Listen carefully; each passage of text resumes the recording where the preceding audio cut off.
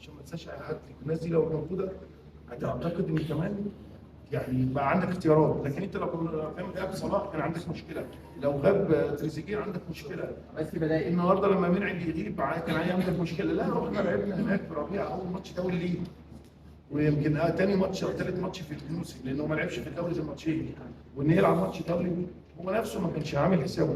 لكن في امل، ادينا امل للعيبه، لعيبه الكره المصريه اللي موجودين في الداخل، ان في اي وقت في ضمير وفي عين مش شايفاهم.